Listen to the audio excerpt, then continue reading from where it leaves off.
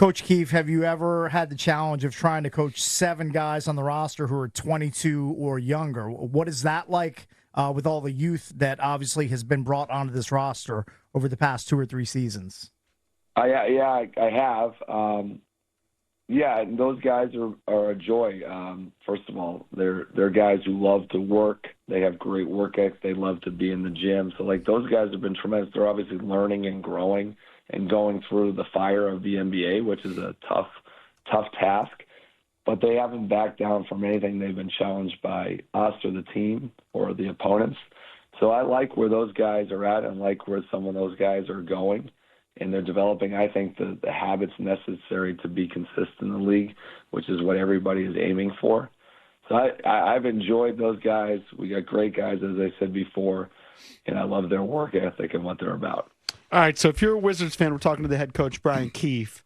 I think there are some reasons for optimism. Let's start, number one, with Alex Sarr. We met him before the season. Seems like a great kid, and he's one of 3 guys that make the Rising Stars team for the All-Star game. But Sarr, of course, is the headliner, the second pick. Talk about his development and what you think he can be in the coming years. Yeah, he's been tremendous. Obviously, he's gotten better each month, each week. He's a fast learner, and you're starting to see his impact on the game. We all see the defensive impact, the protecting the rim, the shot blocking, but it's also his ability to play on the perimeter, guard small guys. And I think offensively what you've been seeing is a guy we can play through on offense in terms of his passing ability, his ability to put the ball on the floor. Obviously the shooting has improved. So I think you're starting to see layers of his game that we're still learning, to be honest, because he is so young. But I think that he's got a very bright future because of the stuff I talked about earlier.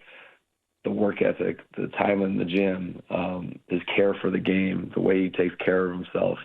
Those things bode well for a guy with his talent ability, but it's really his mental makeup that I think, we're never going to put a ceiling on any of these guys. I'm not going to project how high because I think he could go as high as he wants as we kind of develop. But we're learning his game, and I think we're going to see more and more as we grow up throughout the rest of the year.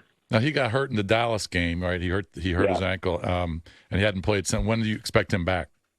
Hopefully not too long. Don't have a timeline on it yet, but he is progressing. Did he just roll it? Yeah, he stepped on someone's foot. Yeah. Oh, okay. So painful. Yeah, that's hard, especially for a big guy. All right, so EB mentioned this on the show earlier.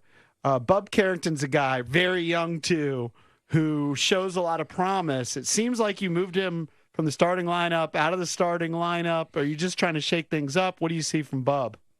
Bub's been great. Obviously, I started him from day one. And like you said, very young. I think he's one of the youngest guys in the draft, maybe. Mm-hmm. And one thing about Bub is he's got a fearlessness about him, and he showed that from the first game when we played Boston. He went right at those guys who were obviously some great players on that team. He's got great size. But he helps us get organized, pushes the pace. He's a great rebounder, playmaker for his size. The lineup changes, just looking at different combinations. Obviously, we put Keyshawn George in, who I'm sure we'll talk about in a second, but just looking for different combinations, different things. Bub's still playing about the same minutes, but he's been tremendous. Obviously, another guy who made the rookie-sophomore game, Rising Stars game, I guess I call it now. Mm-hmm.